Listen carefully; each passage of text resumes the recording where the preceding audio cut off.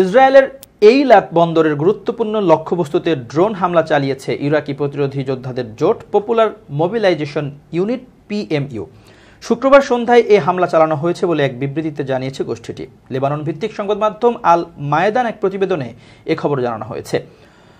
বিবৃতিতে তারা বলেছে, ইহুদিবাদী ইসরায়েল গাজায় যে বর্বর আগ্রাসন ও গণহত্যা চালাচ্ছে তার প্রতিবাদে এবং ফিলিস্তিনি প্রতিরোধী যোদ্ধাদের সমর্থনে ইরাকি যোদ্ধারা এ হামলা চালিয়েছে। ইসরায়েলের বিরুদ্ধে এ ধরনের হামলা অব্যাহত থাকবে বলেও হুঁশিয়ারি দেওয়া হয়েছে বিবৃতিতে। গত 7 অক্টোবর ইহুদিবাদী ইসরায়েল অবরুদ্ধ গাজা উপত্যকায় বর্বর আগ্রাসন ও গণহত্যামূলক যুদ্ধ শুরু করলে ইরাকের প্রতিরোধী যোদ্ধারা এর বিরুদ্ধে রুখে দাঁড়ায়।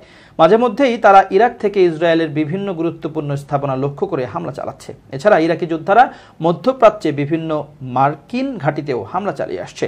ফিলিস্তিনের গাজা উপত্যকায় ইসরায়েল যে আগ্রাসন চালাচ্ছে তাতে সমর্থন দিয়ে যাচ্ছে আমেরিকা।